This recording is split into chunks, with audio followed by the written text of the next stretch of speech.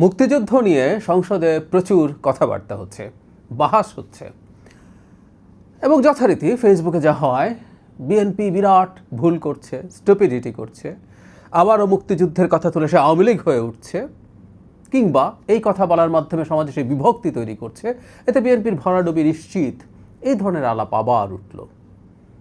আগেও বলেছি, আবারও বলি, যারা এই কথাগুলো বলছেন তারা বিএনপিকে পছন্দ করেন না, তারা বিএনপি বিরোধী মানুষ, কিন্তু আবার এই কথা বলার সময় মনে হয় তারা ভীষণ বিএনপির শুভাকাঙ্ক্ষী।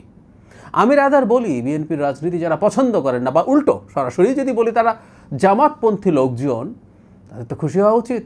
মুক্তিযুদ্ধের কথা বলে বিএনপি ডুবলে ডুবুক, সমস্যাটা কোথায়? এটা তো তাদের জন্য ভালো।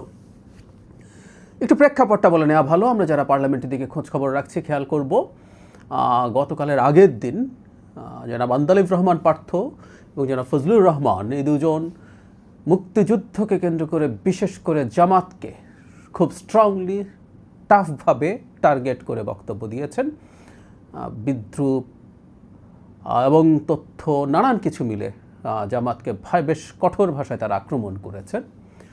পরের দিন মানে গতকাল দেখলাম আইনমন্ত্রী, স্বাস্থ্যমন্ত্রী, তথ্যমন্ত্রী, আমি যতটুকু দেখেছি এই কয়েকটা অন্তত আমার চোখে পড়েছে, তারাও মুক্তিযুদ্ধকে খুবই ফোকাসে রেখে কথাবার্তা বলেছেন। এবং বলা বাহুল্য, মুক্তিযুদ্ধের আলাপ যখন আসবে তখন জামায়াতে ইসলামীকে টার্গেট করে কথা বলা হবেই বলেছেন। আবারও সেই আলাপ নিশ্চয়ই মাঠে নামানো হবে।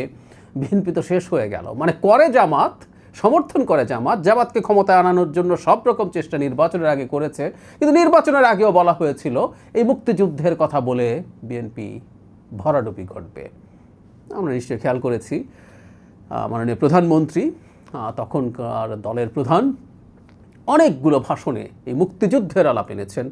এবং একটা কথা তো আমি আবার করতে চাই, সেটা হচ্ছে ওই যে আমাকে ক্ষমতায় এনে দেখেন, ওকে দেখলেন, তাকে দেখলেন, তাকে দেখলেন, আমাকে এবার এনে দেখেন। তখন মাননীয় প্রধানমন্ত্রী যে কথাটা বলেছিলেন সেটা হচ্ছে, তোমরা কি করো না করো, ৭১ এদেশের জনগণ দেখে ফেলেছে। সুতরাং মুক্তিযুদ্ধকে সামনে আনা বিএনপির একটা কৌশল হিসাবে অনেকেই নিতে পারছিলেন না।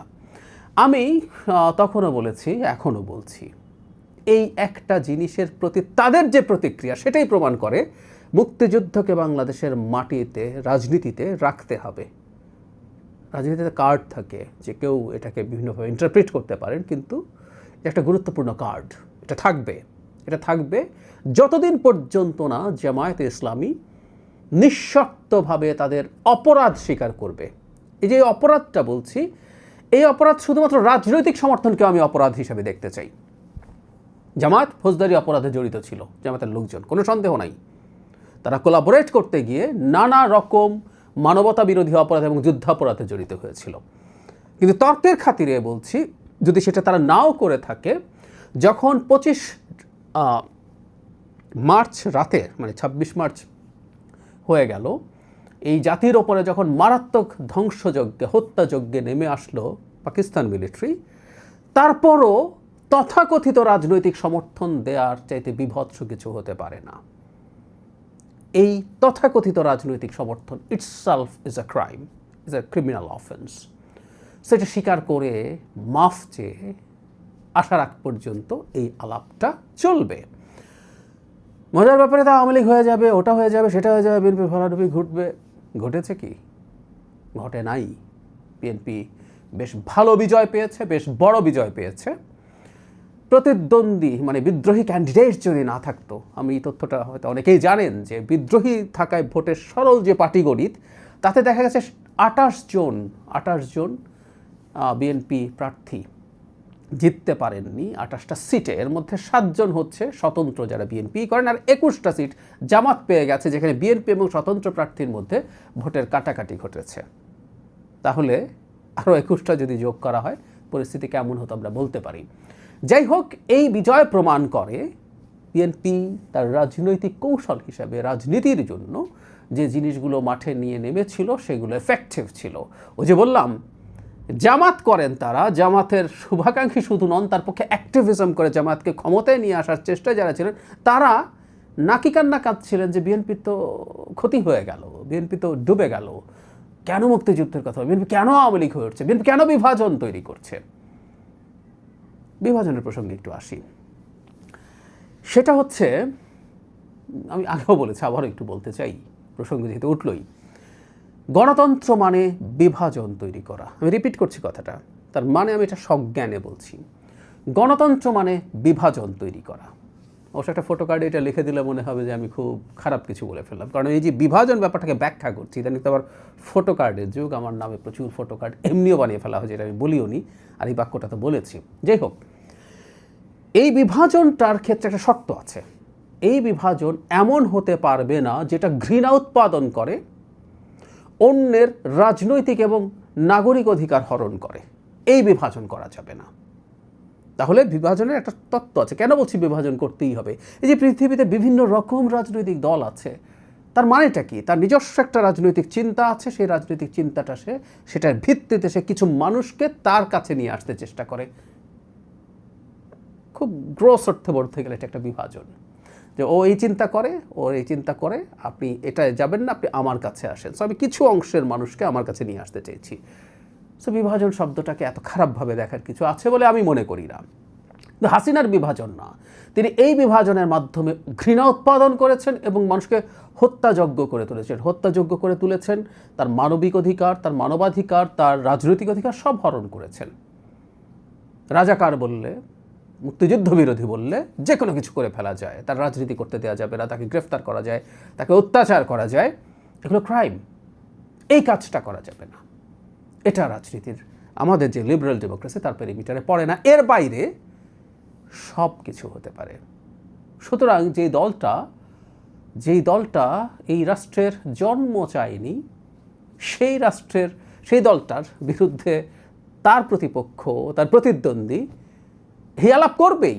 যে দলটা 24 সালে যা হয়েছে গণ অভ্যুত্থান, সেটাকে অনেক বড় করে দেখেন এবং সেখানে যারা অপরাধ করেছেন, হাসিনা এবং তার দোসররা, তাদেরকে মারাত্মক অপরাধী মনে করেন।